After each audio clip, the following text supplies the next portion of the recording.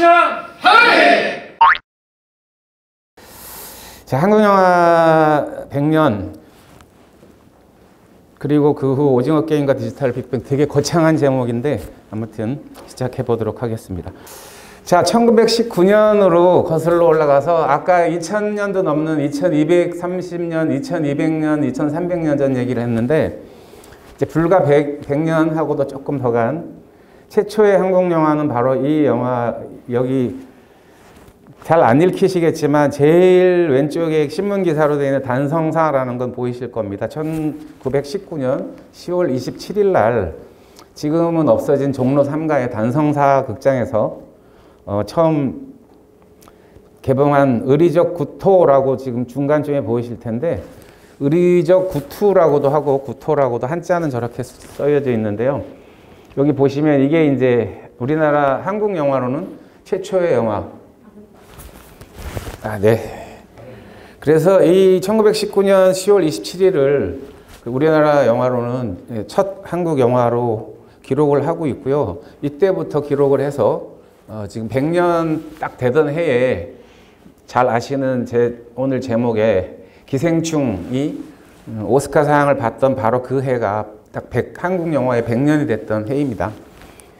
이 100년이라는 시간이 달이 차면 기운다고 오징어 게임으로 시작을 이제 열었지만은 참 팬데믹 2년 동안에 굉장히 아픈 한국 영화의 지금 시기를 맞이했기 때문에 오늘 말씀드릴 얘기들이 막 그렇게 밝은 얘기만은 아닐 것 같은데, 일단 여기 잠깐 읽어보겠습니다. 매일신보에 10월 26일에 조선 활극 촬영 단성사에서 영사한다라는 기사가 났는데, 뭐 그렇습니다. 여기 사진에 나오는 왼쪽에 단성사 당시 사장 박승필이라는 사람이고, 오른쪽이 신극자 대표인 김도산이라는 인물인데, 근래 활동사진이 조선에 많아 애극가의 환영을 비상히 봐도나 첫째 오늘날까지 조선인 배우의 활동사진 아주 없어 유감 중에 그를 경영코저하니 하나 돈이 많이 드는 까닭에 엄두를 내지 못하던 바 이번 단성사주 박승필 씨가 5천여 원의 거액을 내어 신파 신극자 김도산이랑을 다리고 경성 내외의 경치 좋은 장소를 따라가며 다리와 물이며 기차, 전차, 자동차까지 이용하여 연극을 한 것을 처처히 박인 것, 뭐 이런 기사가 났습니다.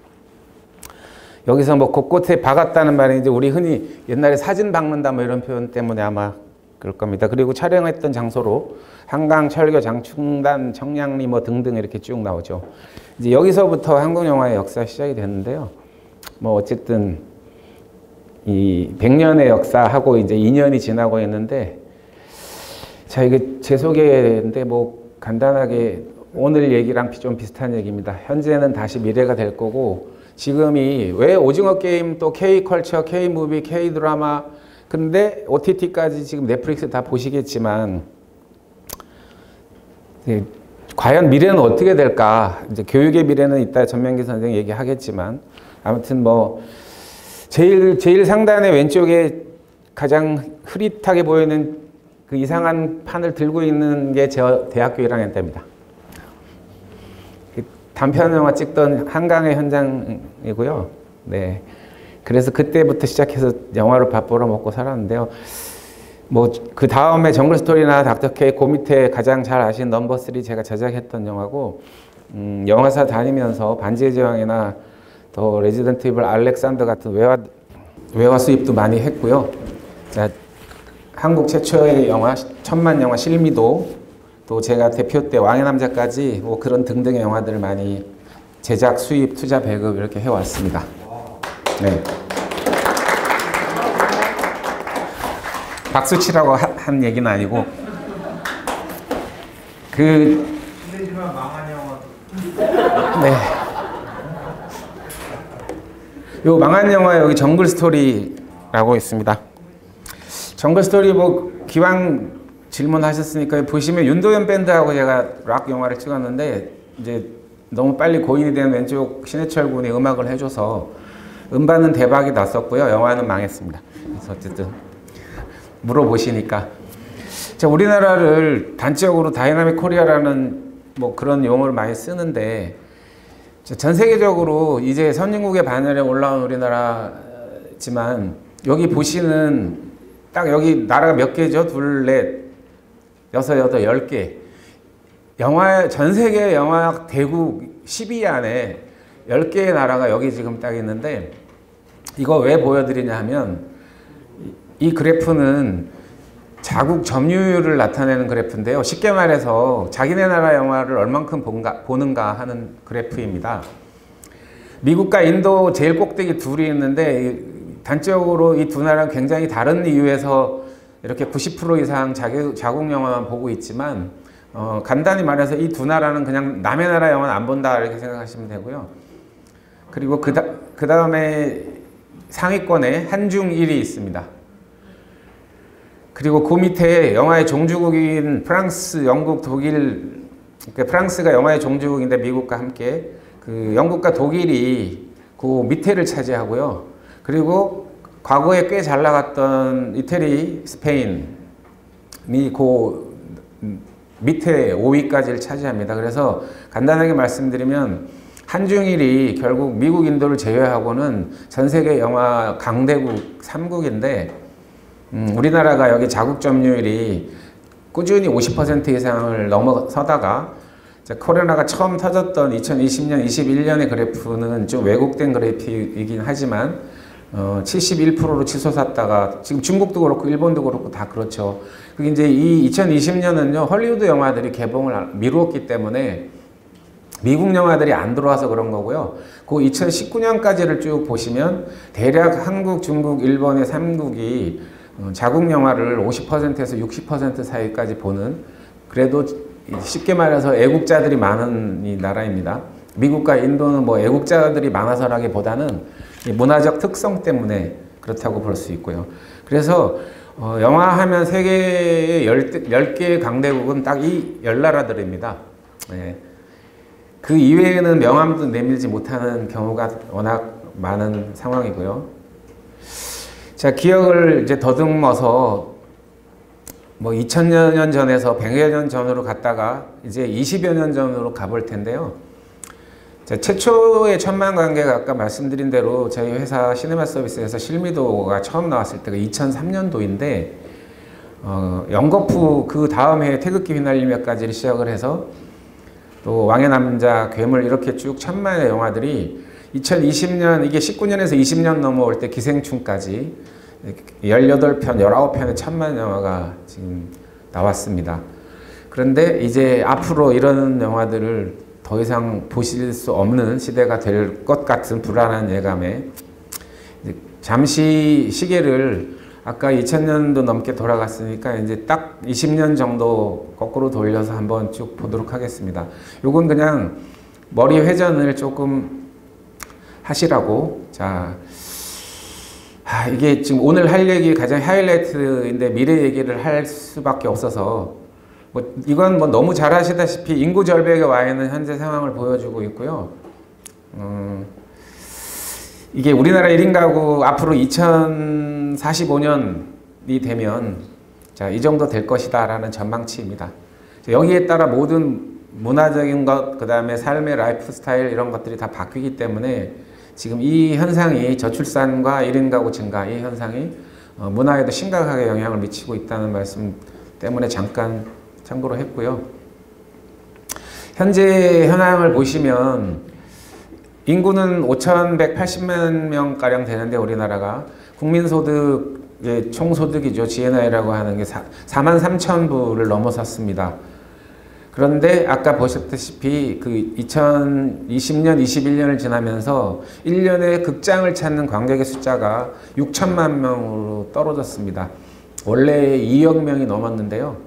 6천만 명으로 떨어졌고 그럼에도 불구하고 극장 숫자, 스크린 숫자는 역대로 가장 많은 3,300개가 넘는 스크린을 지금 갖고 있고요.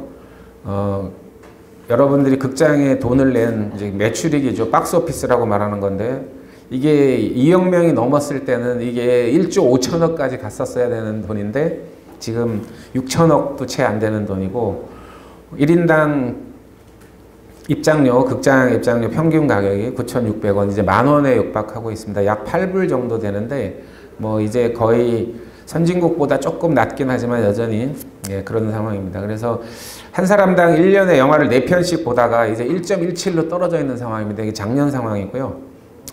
네.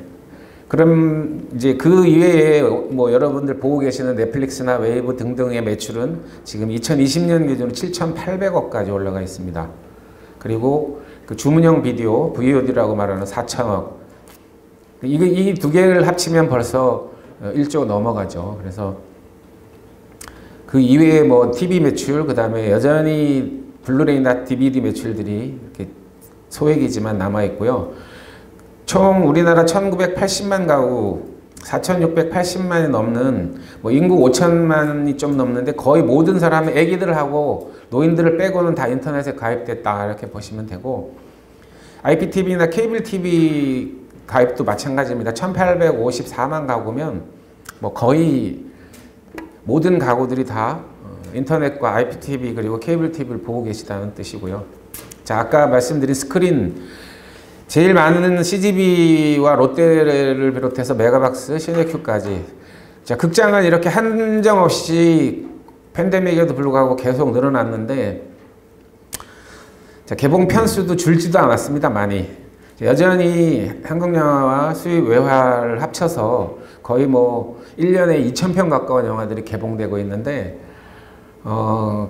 아주 난감한 상황입니다. 자, 이걸 보시면 이제 관객 숫자를 아실 수 있는데요.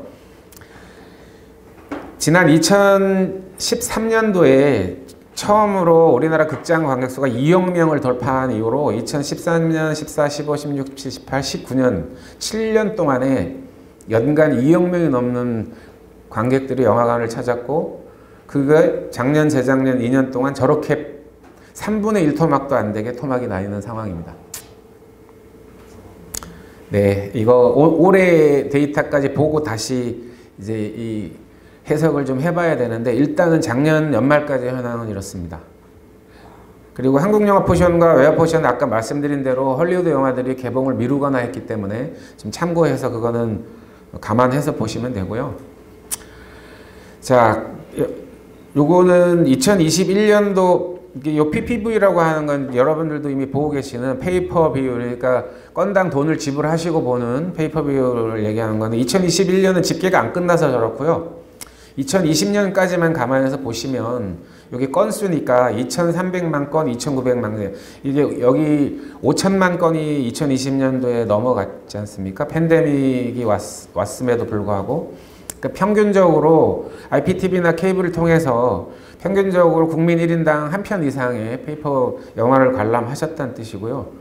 뭐 이 부분은 이따가 말씀드린 이제 OTT로 넘어가면서 숫자가 조금씩 줄긴 했지만 여전히 많은 분들이 집에서 가정에서 영화를 보고 계시다 그런 뜻입니다.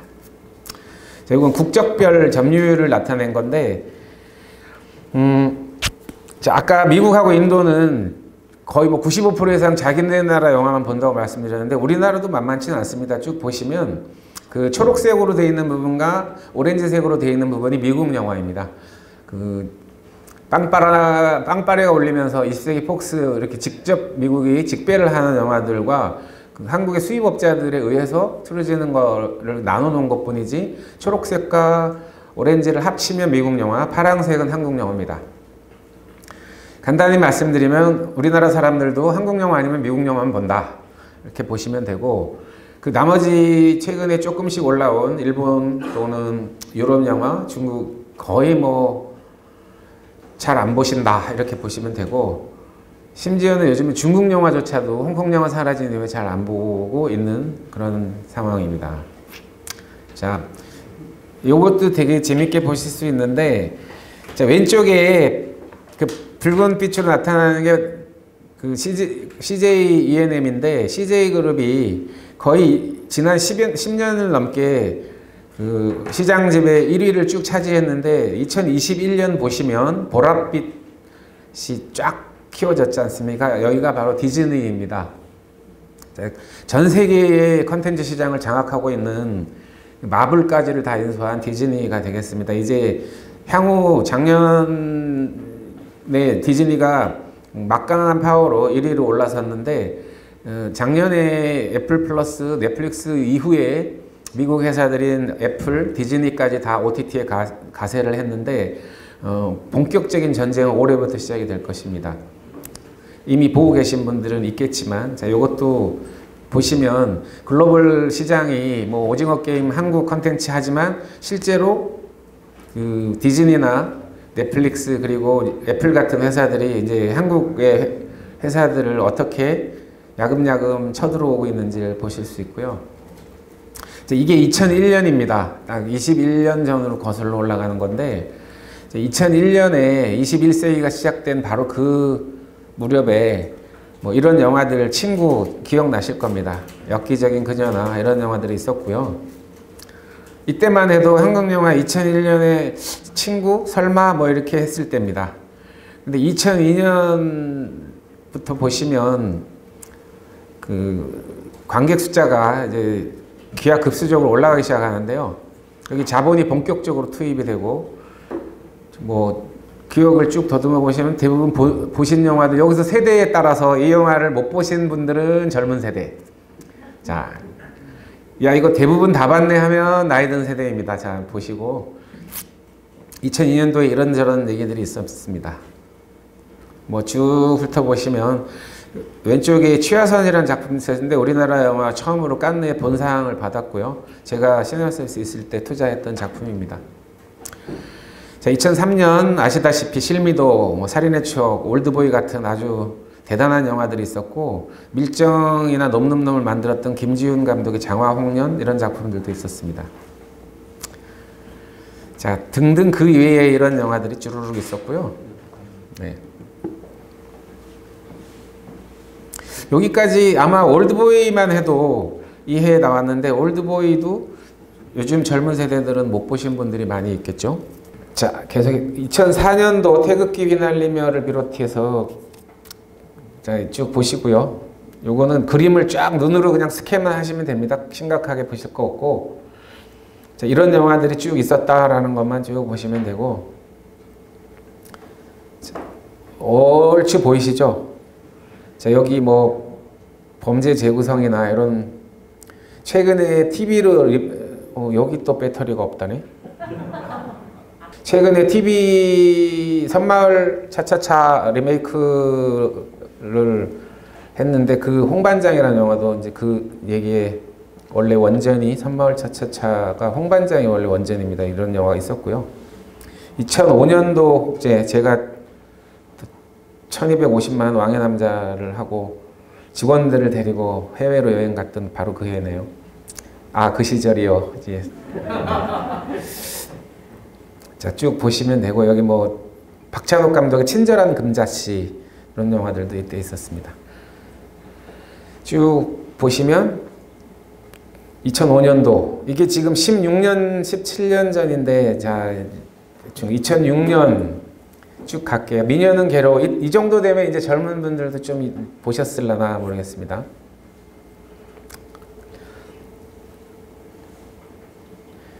자, 영화가 이게 100편을 한국 영화가 뭐 한 해 100편 이상을 이렇게 기록하면서 이때부터 이미 달이 차면 기운다라고 생각을 했던 게 이제 영화가 너무 잘 됐고 뭐 개봉하면 1000만여 막 나오고 하던 시절입니다. 진짜 그 시절 그때 그 시절인데요.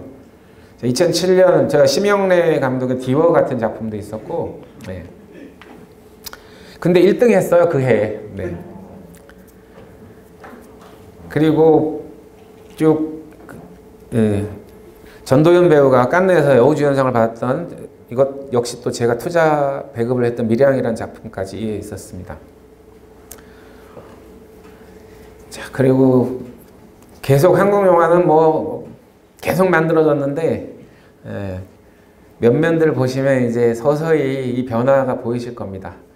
2008년도 여전히 해운대 윤재균 감독의 해운대가 1000만을 넘겼고요. 이제 봉준호 감독이 옥자를 준비하기 전에 놈놈놈 마더 이런 걸 준비하면서 찍었던 마더가 여기 기록이 됐고요.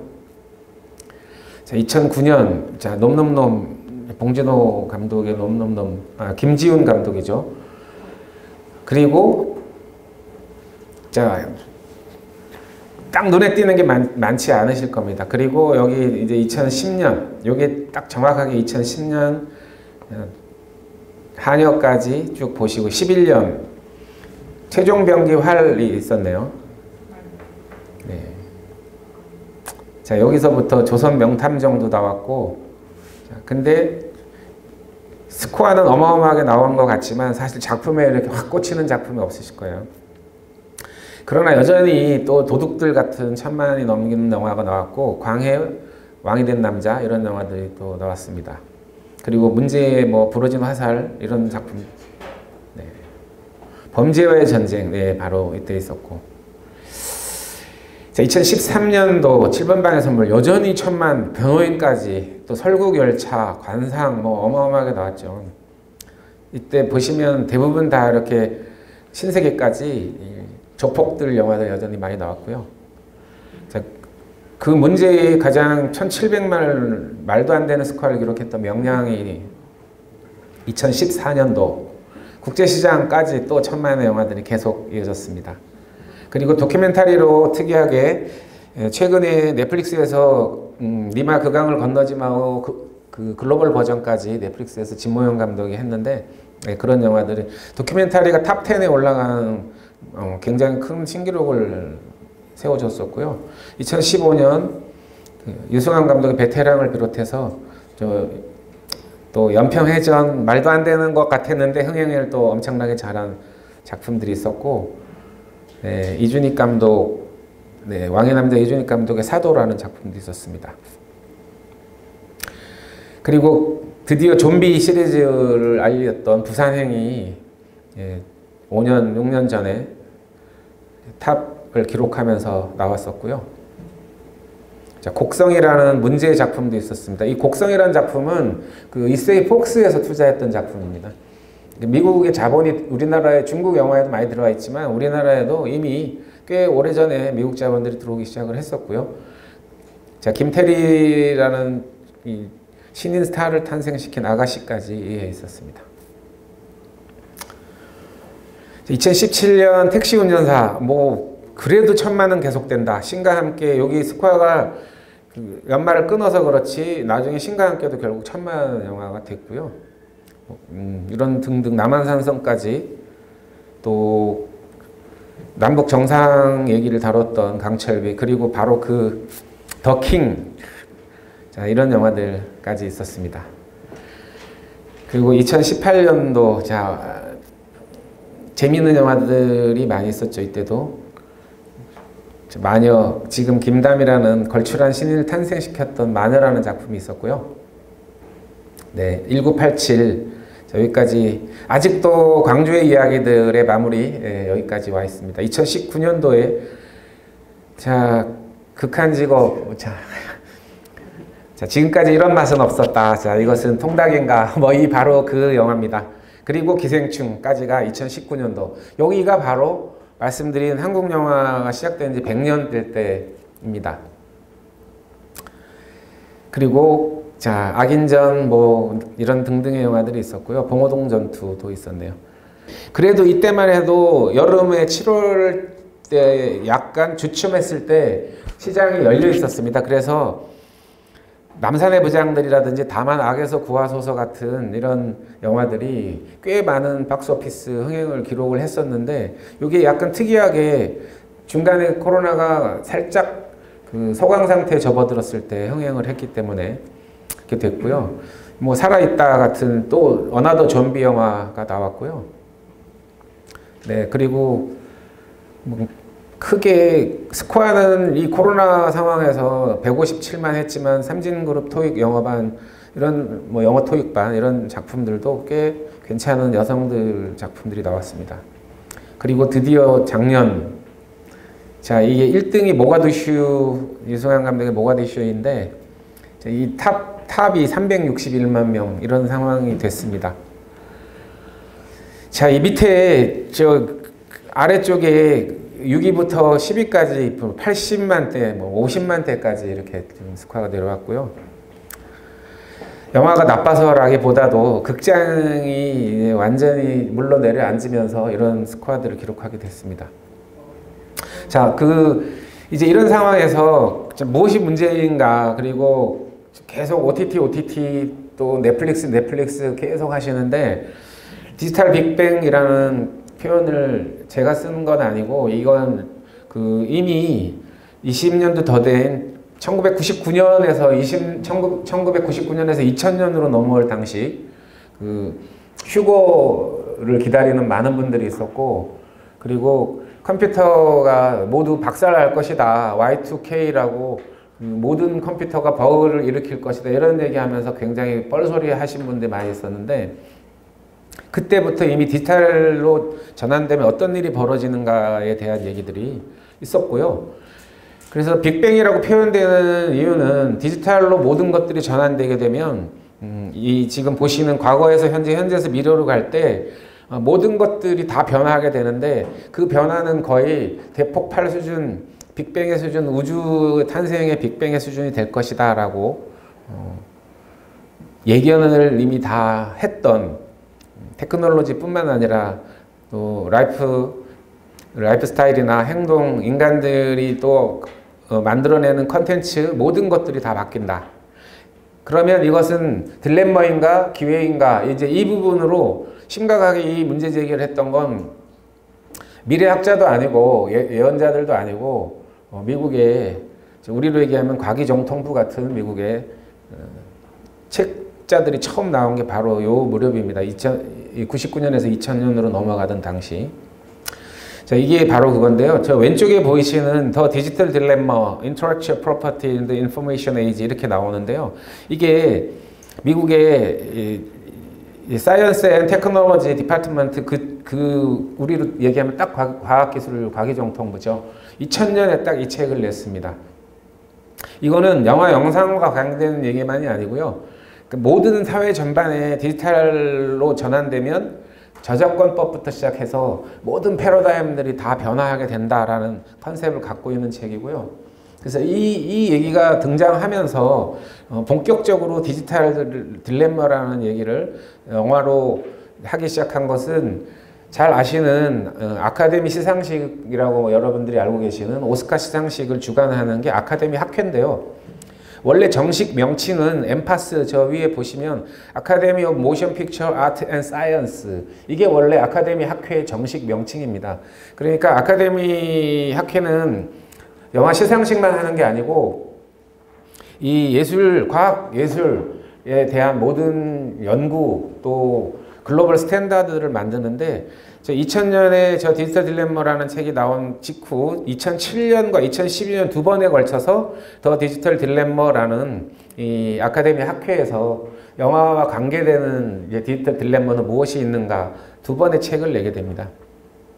여기서 뭐 예시만 간단하게 들어드려도 지금 필름을 못 본 세대들이 굉장히 많습니다. 여기 우리 사마우 또 이사님들이야 필름을 다 보고 살았던 세대고, 필름을 트는 극장에서 영화를 보셨겠지만 필름이 어떻게 생겼는지 모르는 세대들이 여기 아마 많이 있을 것 같은데, 사랑도 못 보셨을 거죠. 우리 사랑이도 아마 필름이 어떻게 생겼는지 못 봤을 텐데, 필름으로 영화를 극장에서 틀었을 때 필름을 보관하는 그 보관료, 자, 지금 여러분들 다 파일을 갖고 계신데 뭐 USB에 저장을 하든 하드디스크에 저장을 하든 디지털 데이터를 저장하는 것과 어떤 쪽에 비용이 더 들 것인가, 아주 간단하게 생각하면 파일로 저장하면 쌀 것 같지만 훨씬 더 많이 들어갑니다.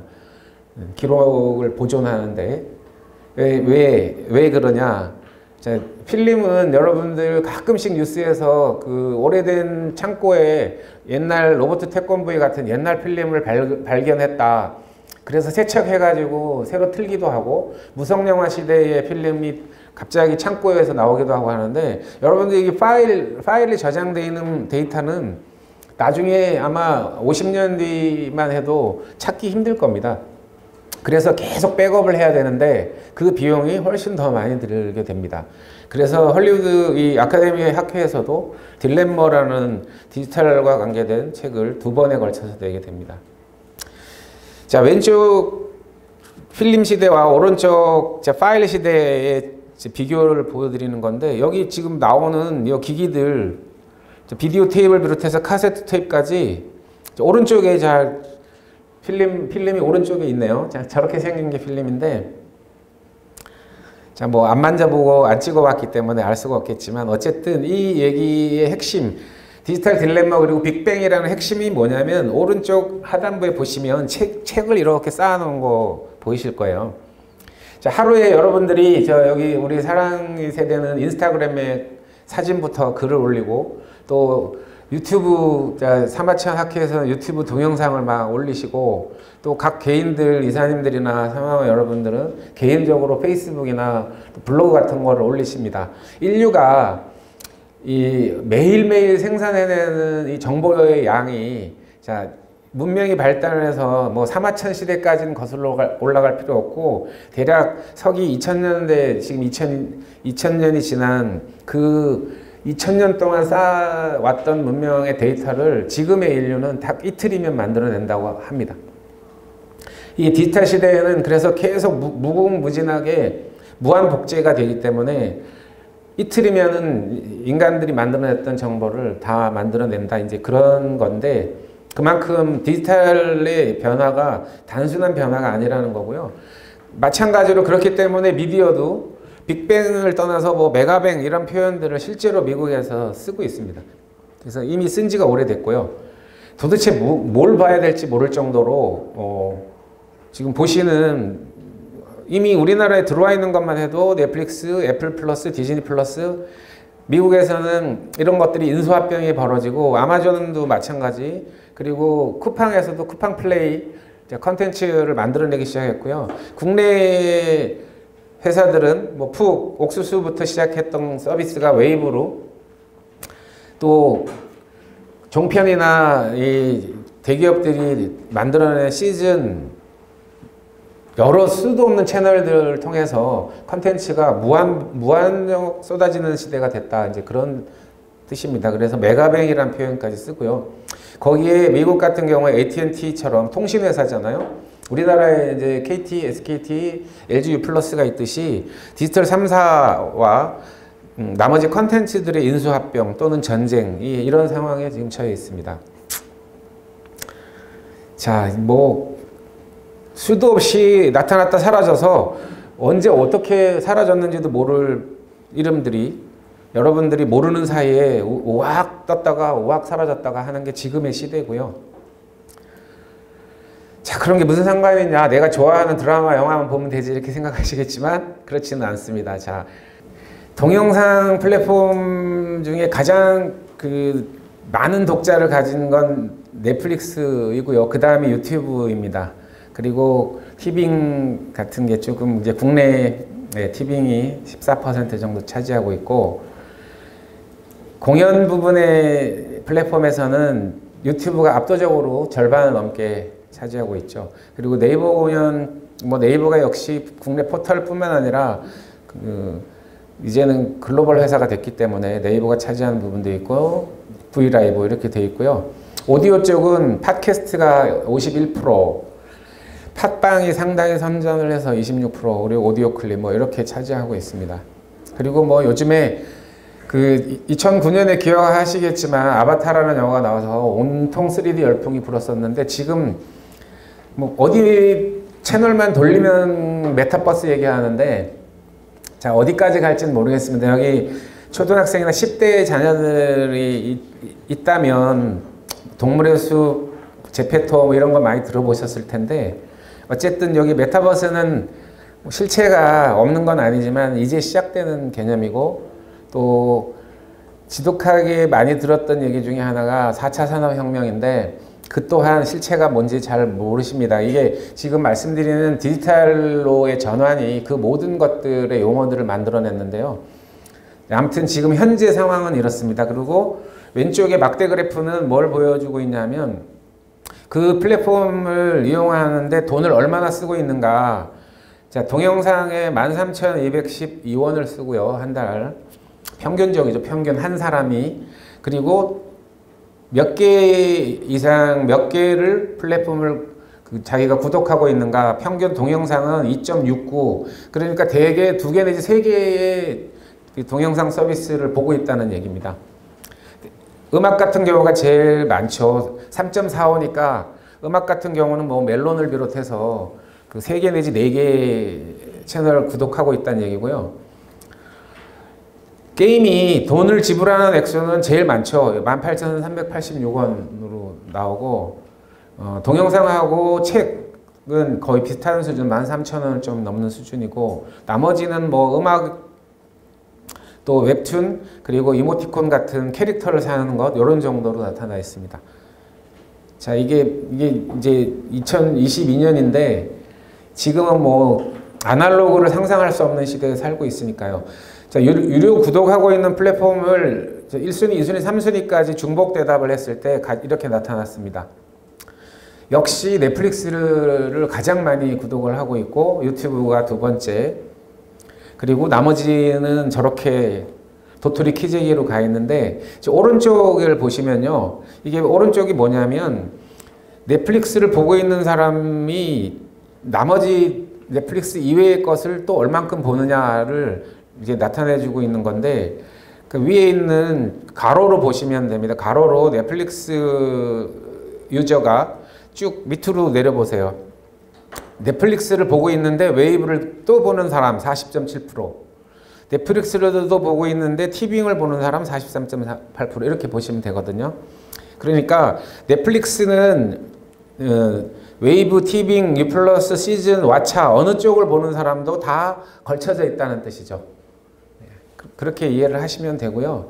이것만 딱 봐도 넷플릭스가 지금 우리나라뿐만 아니라 전 세계를 압도적으로 지금 장악을 하고 있는 상태다, 이렇게 보시면 되겠습니다. 왜요? 문제는 왜요? 왜 넷플릭스가 전 세계를 장악을 하고 있나? 자, 그것이 궁금하다. 뉴스에 계속 나오는데, 오징어 게임의 황동혁 감독이 뭐 제주는 대한민국의 감독과 이렇게 우리가 다 넘었는데 돈은 넷플릭스가 벌었다, 이런 얘기 하는데, 자, 황동혁 감독이 이 오징어 게임 시즌 2를 들어가면 몸값이 5배, 10배 됩니다. 자, 이 비즈니스 원래 그런 거예요. 국내에 있는 저기 지금 파란색으로 보이든 빨간색으로 보이든 국내에 있는 투자사들이 다 까낸 작품 넷플릭스가 리스크를 걸고 받아준 거거든요. 자, 그리고 승리호라는 SF 극장에서 개봉하려다가 코로나 때문에 넷플릭스로 간 그 한국에도 드디어 SF 최근에 고요의 바다까지, 자, 넷플릭스가 K 컨텐츠를 국제적인 컨텐츠로 만들었습니다. 수익을 그들이 다 가져갔다, 이렇게 언론 플레이를 한 건 다분히 넷플릭스를 시기하는 자들의 음모까지는 아니어도 그렇게 보고 있습니다, 저는. 자, 아까 이 1인 가족 추이를 얘기했는데, 지금 2016년에 이제 기준으로 5년 전 기준으로 이제 좀 돌아가서 보시면 이 혼밥, 혼술, 혼영까지 지금 혼자서 영화를 보는 사람들의 숫자가 지금 이때부터 5년 동안 이 수치가 계속 증가를 하고 있는데요.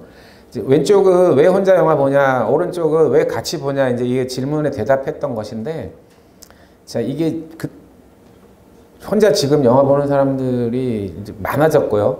이제 OTT로 넘어가면서 그건 훨씬 더 심해졌습니다. 그리고 여기를 보시면 2030이라고 말하는 요때가 지금 이때가 20세에서 30세까지인데 지금 25세에서 30이 됐을 거고요. 아니 35이 됐을 텐데, 이걸 보시면 해마다 2030의 숫자가 줄어들었습니다. 영화를 보는. 이제 그럼에도 이 60%를 계속 넘겼다는 요 지표를 보여주고 있는 건데, 지금도 극장의 팬데믹인데도 이제 방역 패스 해제됐으니까 가보시면 여전히 2030 세대들이 제일 많다는 건데, 그런데 조금씩 내려가고 있다는 걸 보여주고 있고요. 자, 특히 30, 34, 요게 이제 지금은 이제 이분들이 30대 중반에서 40대 초반이 됐을 텐데, 지금 쭉 위에서부터 내리막으로 쭉 고동색 비슷한 위쪽 그래프에 보시면 거의 20% 가까이 차지하다가 15.7로 곤두박질을 쳤는데, 요 또래들이 이제 30대들이거든요. 그러니까 지금도 마찬가지입니다. 30대들은 극장이나 이런 영화 관람에서 이탈을 하고 있는 추이가 계속 진행이 됐었고, 자, 이것도 똑같이 그거의 양상을 보여주고 있는데, 소위 아까 아날로그에서 디지털 세대처럼 필름 세대가 있듯이 영화를 보시는 분들은 45세 이상, 지금 이제 5년 지났으니까 50세 이상 보시면 되는데, 그 전 세대들은 해마다 영화를 떠나고 있습니다. 자, 어디로 갔냐? 외식, 여행, 공연 이런 쪽으로 다 넘어갔고요. 영화는 점점 줄어들어서 그래서 지금의 양상도 마찬가지입니다. 30대 중반. 이게 이제 어떤 현상이냐면 소위 말해서 욜로족들이라고 말하는 이제 부모님의 품을 벗어나서 혼자 독립을 한 세대들은 영화만 보지 않는다. 이렇게 단적으로 보시면 됩니다. 여전히 용돈을 받는 세대들은 극장에 많이 갑니다. 그런데 자기가 돈 벌어서 자기 거를 이제 쓰기 시작하고 한 세대들은 영화를 떠나고 있는 거고요. 반면에 영화 세대라고 하는, 필름 세대라고 하는 이 40대, 50대, 60대 초반까지는 압도적으로 여전히 많은 표를 던져주셨는데 이것 또한 팬데믹 이전 얘기라서 좀 지켜봐야 됩니다. 자, 디지털 변화가 어떤 변화인가를 산업혁명부터 보여주는 그래프인데요. 어떻게 용어를 부르든 간에 자, 계속 이 영화는 디지털 테크놀로지와 함께 디지털이 아니라 기술 발전과 함께 발달을 해왔는데 3D, VR, AR, MR, 뭐 OTT, 메타버스, 코드 커팅 뭐 이런 용어들이 난무하는 이유가 잘 몰라서 그래요. 그냥 도대체 왜 이런 일이 벌어지고 뭐 때문에 그렇고 앞으로 어떻게 될 건지 잘 몰라서 그러는 건데 코드 커팅이라는 말은 우리나라에서는 잘 못 들어보셨을 거예요. OTT 이제 겨우 듣기 시작했는데 이제 코드 커팅이라는 게 무슨 얘기냐면 지금도 여러분들 뭐 다 집에 태블릿이나 모바일 갖고 계신데 보통 TV를 볼 때 셋톱박스라고 하는 박스가 다 케이블에 연결돼 있잖아요. 오늘도 지금 이 연결이 빠져갖고 그러는 건데 자, 코드 커팅이라는 말은 바로 이런 코드들이 없어졌다는 뜻이거든요. 그걸 잘라냈다는 뜻인데 그게 이제 모바일 기기나 이 태블릿으로 가는 얘기를 하는 겁니다. 디지털 테크놀로지의 변화에 따라서 이 모든 변화들이 이렇게 일어나는 거고 심지어 뭐 AI까지 오면 자, 이거를 이제 인류가 이 문명을 이룬 이후에 농경사회를 지나 산업혁명으로 오고 그 다음에 뭐 전화 발명, 라디오가 오고 영화는 그 중에 딱 두 번째, 세 번째 넘어갈 때 그때 발명이 됐습니다. 1895년에 영화가 처음 나왔거든요. 프랑스하고 미국에서. 사실 우리나라가 1919년이면 우리나라도 만만치 않게 영화 역사를 보면 오래된 역사입니다. 영화 발명이 그렇게 오래되지 않았다는 얘기고요. 그리고 저기 보시면 3파, 인류 이 문명과정 발전의 3파장을 넘어갈 때 처음으로 TV가 나오고 소위 유성영화, 소리가 들어가 있는 토키 영화가 나오게 됩니다. 1927년인데요. 재즈싱어라는 작품으로 처음 나오고 컬러 필름도 이때 다 나오게 되는데 그러다가 갑자기 컴퓨터 나오고 멀티미디어 얘기 나오고 이러면서 오른쪽에 보시면 HD TV 나온 지 얼마 되지도 않았는데 지금 갑자기 뭐 온갖 소리들이 다 나오면서 AI니 NFT 뭐 NFT는 또 뭐야? 이게 지금 최근에 CGV가 NFT 서비스 시작했는데 포스터에 거기다 메타버스까지 그리고 5G, OTT 뭐 이런 식으로 지금 그 현재 2022년 현재 우리가 서 있는 이 현장의 모습이 딱 이런 모습인데 님도 몰라 너도 몰라 나도 몰라 이거 정말 모르는 일이기 때문에 다들 뻘소리들만 계속 하고 있는데 자, 본질은 이렇습니다. 아날로그와 디지털의 변화가 얼마나 이 많은 것들을 가져다 주는가 그리고 정보사회로 진입한 이후 이 모든 것들을 데이터를 가지고 있는 여기 이제 비로소 빅브러더가 나오게 되는데 구글로 대표되는 데이터는 누가 가지고 있는가 이제 이게 가장 큰 핵심이고요. 넷플릭스 왜요? 넷플릭스가 왜 전 세계를 장악하고 있을까요? 자, 넷플릭스라는 회사가 지금은 드라마를 만들고 영화를 만드는 회사처럼 보이지만 DVD 딜리버리 하던 회사였거든요. DVD 여러분들 지금 보시는 분도 없겠죠. 왜냐하면 집에 DVD 플레이어도 없을 것 같은데 DVD의 마지막 막판에 미국에서 가장 큰 전국 체인을 갖고 있던 DVD 회사가 그 유통회사가 블록버스터였습니다. 이름이. 또 아이러니컬하죠. 예, 블록버스터라는 말은 헐리우드의 그 굉장히 큰 영화를 부를 때 쓰는 말인데 마지막까지 그 유통체인을 장하고 있었던 회사가 블록버스터였는데 그때 넷플릭스는 블록버스터에게 향후에 온라인 스트리밍 서비스가 뜰 거다 하고 투자해달라는 제안을 하고 단박에 거절당합니다. 그리고 블록버스터는 그로부터 몇 년 뒤에 망했고요. 지금의 넷플릭스가 여러분들이 보고 계시는 넷플릭스가 됐거든요. 그리고 넷플릭스는 뭘로 유명해졌냐면 그 영화를 추천하는 추천 서비스 알고리즘으로 유명해졌는데 뭐 76,987가지의 추천 서비스 알고리즘을 갖고 있다고 합니다. 아무튼 자, 정보 회사처럼 보이지만 딜리버리 하던 회사다. 자, 그래서 이 뭐 역사 때문에 모인 우리 학회니까 자, 이걸 그냥 보여드리고 과거는 현재가 되고 현재는 다시 미래가 되는 건데 이게 이제 대한민국에 지금 계시는 이제 형님들을 포함해서 50년대 말에서 60년대를 거쳐서 지금까지 이르는 이 대한민국의 사회문화 그리고 정치, 경제, 과학기술의 발전 보시면 저 왼쪽에 그래프에서 오른쪽으로 넘어가면서 정치, 경제, 사회문화, 과학기술에 도대체 어떤 변화들이 일어났을까 쫙 보십시오. 잘 안 보이시죠? 나중에 이건 자료 뭐 교수님한테 달라고 하시면 되는데 오른쪽에 지금 2010년대에서 20년대를 보시면 뭐 깨알같이 써 있잖아요. 여기에 다 몰려 있거든요. 그리고 90년대 넘어서 2000년대 사이에 빨간 거 가다가 마른 것들이 있어요. 삐삐부터 시작해서 그만큼 빠른 시간 안에 소멸된 이 미디어들이 있습니다. 그리고 지금은 다 뭐 4G니 LTE니 5G니 이런 말을 쓰지만 ADSL이라는 초고색 인터넷이라는 용어를 썼던 게 바로 90년대 말이었거든요. 그런 용어들 지금 기억조차도 안 나죠. ADSL 뭐지? 근데 예전에 다 썼습니다. 그리고 조 삐삐랑 이런 게 나오던 시절에 서태지와 아이들 그 유명한 서태지가 현대 CD 비전 뭐 이런 것도 TV에 나와서 광고하고 했었습니다. 그 CD는 다 어디 갔을까? 다 없죠 지금.